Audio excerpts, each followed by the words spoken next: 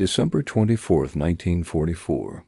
A German woman named Marta stood barefoot on frozen ground inside an American prisoner camp in Montana.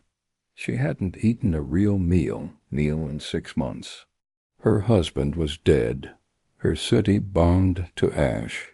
Her 2 children, she didn't know where they were. She didn't even know if they were alive. Tonight was Christmas Eve, and all she wanted, all she prayed for, was to survive until morning. Then something happened. Something so impossible, so unbelievable, that when she finally told her grandchildren about it 40 years later, she broke down crying before she could even finish the sentence. An American soldier knocked on the barrack door. He didn't have a gun in his hand. He had a plate of food. Hot turkey, butter, cinnamon pie, real bread. He looked at her, this woman who was supposed to be his enemy, and said 2 words in broken German that he had practiced quietly all morning long: Frohe Weihnachten, Merry Christmas. Marta collapsed, not from hunger, not from the cold that had been eating her alive for months. She collapsed from something far more devastating: kindness. Stay with me. Because what happened in that camp over the next 24 hours didn't just change one woman. It changed hundreds of lives, echoed across dozens of prisoner camps, and left behind a message so powerful that it still burns today. The most dangerous weapon in any war is not a bomb. It is mercy. If you believe that history's greatest lessons come from its most forgotten moments, subscribe right now and stay until the very last minute of this video, because the final letter Marta wrote before she died will leave you completely speechless. History books remember the generals, the battles, the bomb counts, the body counts, but they forgot about these women. Between 1943 and 1945, hundreds of German women nurses, teachers, factory workers, radio operators were captured by Allied forces and transported to prisoner of war camps inside the United States. Most people don't know this happened. Most people never even learned their names. They were brought to places like Montana, Texas, and Nebraska, states so impossibly far from Germany that many of these women genuinely believed they would never see their homeland again. The camp in Montana was not a death camp, but it was not comfortable either. The barracks were wooden, thin walls, thin blankets, thin everything. In summer, the heat pressed down like a hand against your face. In winter, the cold crept into your bones before you even opened your eyes in the morning. Wake up was 5 a.m. every morning. No exceptions. A whistle screamed through the frozen air. Women lined up in the darkness, shivering, their breath turning to fog. Roll call. Washing industrial pots with near-frozen water until their knuckles bled and cracked. Scrubbing floors, carrying loads. Moving without thinking, because thinking only brought grief. No news from home. No letters. For many of them, the last memory of Germany was smoke rising from their neighborhoods, the sound of planes overhead, the faces of children running in directions that made no sense. They had been taught one thing about Americans, that they were ruthless, merciless, monsters in uniform. And the Americans had been taught one thing about Germans, the same. For 8 months, the 2 sides existed in a careful, brittle silence. Orders were given. Orders were followed. No conversation beyond what was necessary. No humanity exchanged across the wire. That was the world inside the fence. Until December 24th, 1944, changed everything. His name was Captain James Whitfield. He was 34 years old, from a small town in Ohio. Before the war, he had been a school teacher. He taught history to children who were now old enough to fight in the very war he was managing from a desk in Montana. James Whitfield was not a famous man. He would never appear in a single history book. He had no political ambitions, no medals worth bragging about. But on December 23, 1944, he made a decision that would quietly echo through the rest of his life and through the lives of dozens of women he barely knew. He called a meeting with his officers. "Tomorrow is Christmas," he said simply. "Our families are celebrating at home right now. These women, whatever side they're on, they are human beings. They haven't had a real meal in months. Not one of them has received a single letter from her family since they arrived." One of his officers frowned. "Sir, with respect, they're prisoners." "They're the enemy," Whitfield nodded slowly. "Yes, and if one of our men was sitting in a German camp right now, what would we want them to do?" The room went quiet. Nobody argued after that. That night his men pulled together their own rations. Some donated from personal packages their families had mailed from back home: chocolate, tinned fruit, cigarettes. The camp cook, a young man from Louisiana named Earl, had somehow managed to acquire a turkey. 2 turkeys, in fact. Earl stayed up most of the night cooking. He made pumpkin pie from canned goods and dried spices. He brewed real coffee, not the thin, brown water the prisoners were usually served, but thick, dark, proper coffee that smelled like Sunday mornings before the world had gone completely to war. He hung paper garlands across the mess hall, red and green, cut by hand. He set the tables with white linen cloth. He wasn't entirely sure what he was cooking for now, but his hands kept moving anyway. December 25th, 1944, 6 a.m. No whistle blew. In Barrack 3, a woman named Elsa, a former nurse from Hamburg, opened her eyes and immediately prepared herself for the cold. That was the first thing you learned in camp.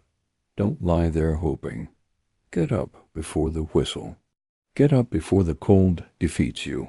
But there was no whistle. She lay still, listening. Silence.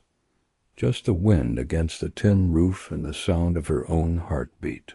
She sat up. Around her, other women were already stirring, looking at each other with the same question written across their faces. What is happening? Minutes passed. Then, from outside, a voice. An American guard, young, barely 20, his face still soft with the ghost of boyhood, called out in slow, careful English. "No work today. It's Christmas. No work today." Elsa translated for the women who hadn't understood. Her voice was barely above a whisper, as if speaking too loudly might break whatever fragile thing was happening. "Hut keine Arbeit. Ease ist Weihnachten." No one moved. At not reacting. At building walls so thick that even good news couldn't get through without first being searched for the lie inside it. "It's a trick," said Greta, the eldest among them. 62 years old, a former factory supervisor from Dusseldorf, with iron-gray hair and eyes that had already survived 1 world war. "They want to see who breaks first." "Then we don't break," said someone else. They waited. The guard didn't come back. No correction, no punishment, no cruel punchline revealing itself from behind the kindness. But something else arrived instead. A smell. It drifted under the barrack door like a living thing, soft, warm, and completely impossible in this place. Roasted meat, butter, cinnamon. Elsa's eyes filled with tears before she even understood why. That smell was not prison. That smell was her mother's kitchen in Hamburg, before the war had taken her mother, before the bombs had taken the kitchen, before everything familiar had been swallowed whole. and replaced with cold and work and the daily business of staying alive. One by one the women stood. One by one they moved to the door, and one by one they stepped out into the freezing Montana morning, 15 women, wrapped in thin coats and mismatched scarves, walking slowly through the frozen dark toward a mess hall with glowing yellow windows. They stopped at the door. The boy-faced guard opened it from the inside. He said nothing. He just smiled nervously and stepped aside. The heat hit them first, then the light. Every bulb burning something they hadn't seen since arriving.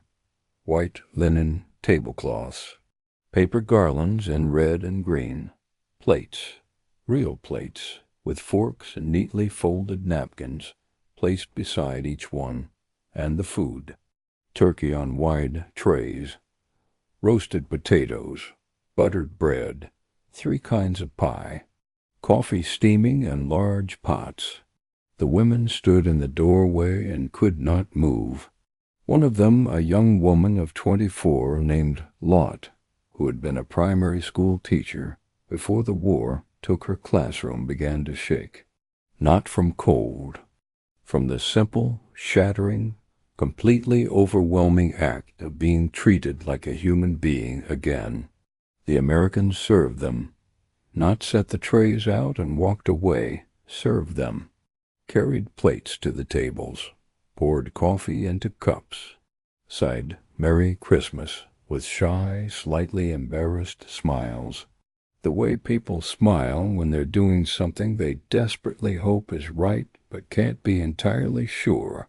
The German women sat down. For a long moment no one ate. They looked at the food. They looked at each other. They looked at the Americans standing quietly along the walls, young men. Not monsters, just young men who looked tired and nervous and very, very human. Lot, the teacher, picked up her fork first. She took one bite of turkey, and then she began to cry, not quietly, not the contained, dignified crying of a person holding themselves together. This was something from a much deeper place, 6 months of fear and cold and silence, and not knowing if her family was alive, all of it breaking the surface at once, unstoppable. She pressed her hand over her mouth, but the tears kept coming. The soldier nearest to her, Private Charles Anderson, 22 years old, from a small town in Indiana, didn't know what to do. He had no words in German. He had no training for this exact moment. So he did the only thing he could think of. He took a clean napkin from the table and placed it gently in front of her. She looked up at him, eyes red and wet, face stripped bare by grief and relief and confusion all at once. She said very softly, "Danke." He didn't know the word, but he understood it completely, and he nodded. Then something happened that the military report filed afterward would describe only as unusual group emotional response, which may be the most inadequate phrase in the entire history of human documentation. The other women began to cry too, not together, not all at once. One by one the walls came down. Greta, the iron woman who had said, "Don't trust it," just 1 hour before held a piece of bread in both hands and stared at it for a full minute before she could bring herself to eat it. "Real bread," she whispered. "Actual bread." Her voice cracked on the second word. One of the younger women, a former seamstress named Hild, looked up at the American soldier, refilling her coffee, and said in halting, careful English, "You are not what they told us." The soldier blinked. "What did they tell you?" Hild shook her head. She didn't have the English words for what had been drilled into her for years, but her meaning was written clearly on her face. She had been taught these men were savages, and here they were nervous and gentle, folding napkins and pouring coffee. afraid of making her uncomfortable. Then something happened that even the hardest of the American soldiers were not prepared for. One of them placed a record player on a wooden crate in the corner of the room. He set the needle down. A moment of crackling static. Then, still not, heilig not, silent night. The song drifted through the warm air of that mess hall, a German carol, written in 1818, now playing in an American prisoner camp in Montana on Christmas morning, in the middle of the deadliest war in human history. And the German women began to hum, softly at first, then fuller, then in harmony, because these women had grown up singing this song in churches and around family tables, in warm homes that no longer existed anywhere but in their memories. The Americans went silent. Some bowed their heads. Some closed their eyes. One sergeant from Georgia, a man who had not cried since his brother's funeral, turned slowly toward the wall so that no one would see his face. In that room, for those few minutes, there was no Germany and no America. No war, no wire fence outside. No guard towers watching from the dark, no sides at all. Just people. Tired, hungry, grieving, frightened people joined across every barrier by a single song that belonged to all of them. When the meal finally ended, the Americans brought out small wrapped parcels. Inside each one, an orange, a chocolate bar, a few cigarettes. Small things. Absurdly small, given everything the war had taken from everyone in that room. But Elsa held her orange against her cheek and just stood there, eyes closed, face pressed against the skin of a single piece of fruit for almost 30 seconds. "I haven't smelled anything like this in over a year," she said quietly, to no one, to everyone, to herself. Captain Whitfield watched from the doorway. He wrote in his report that night, "Prisoner morale significantly altered. No incidents." Several expressed verbal gratitude. "Recommend continuation of basic humanitarian gestures where possible." He was trained to write in military language, but somewhere between those flat, professional sentences was something he couldn't quite say in official terms that he had watched enemies become people, right in front of his eyes over a single meal. Private Anderson wrote to his wife that same evening, "They looked like our own mothers, Margaret. Thinner, sadder, but like our own mothers. I never thought I would feel sorry for Germans.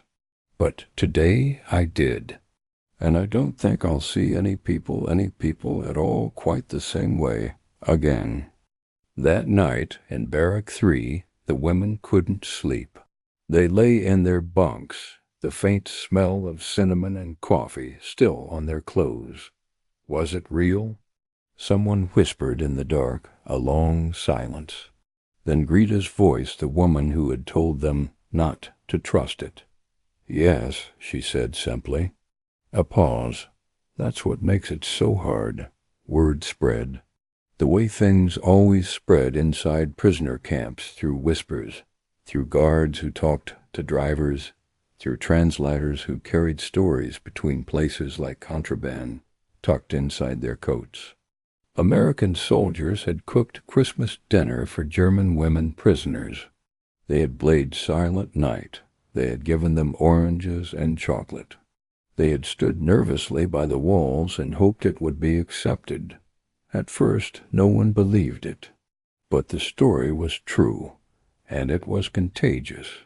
In a camp outside Texas, a group of American guards pooled their own rations, canned beans, bread, dried fruit, and set a New Year's Eve table for their prisoners. It wasn't elegant, it wasn't turkey and pie, but it carried exactly the same spirit. A sergeant there wrote in his diary, "One of the women asked me why we were doing this. I told her it was the right thing. She looked at me like I was speaking a language she had never heard before. Maybe I was. In Nebraska, an American military chaplain gathered both his soldiers and their prisoners together and led a prayer for peace. Germans and Americans, heads bowed in the same room, under the same sky. None of these moments made newspapers. No correspondent filed a story, no photograph was taken. No general gave a speech about it. They were small, quiet acts, the kind that history walks right past without looking twice. But in the lives they touched, they were the whole world. The war ended in May 1945. On December 25, 1944, in a frozen POW camp in Montana, something happened that no official report could truly measure. The war was still raging, and the women held behind wire expected nothing but another cold morning. Germany lay in ruins far away. Many would soon return to cities reduced to rubble, to families missing, to streets that existed only in memory. They would carry home little more than bread, transit papers, and silence.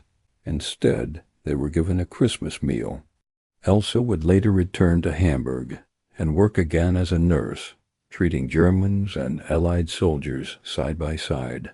When asked how she could do it, she answered simply, "Because I ate Christmas dinner with them in Montana. I know what their eyes look like when they are trying to be kind." Lot kept a single paper napkin from that meal in her desk drawer for the rest of her life. Showing it to her students, she said, "Even in the worst moments in history, there are still people who choose to be decent." Greta never spoke publicly about the camp. Yet beside Luke 6:27, "Live your enemies," she wrote, "Montana, Christmas, 1944. I finally understood." And Marta remembered most a young soldier shaking hands, afraid she might refuse his kindness. The report called it a routine goodwill gesture. In the margin, one officer penciled 3 words, "Worth it, yes." No headlines followed, no monuments were raised, yet that morning traveled across decades, carried in drawers and letters and quiet conversations with grandchildren, proving that even in war, a single deliberate kindness can outlive hatred and history itself for generations to come.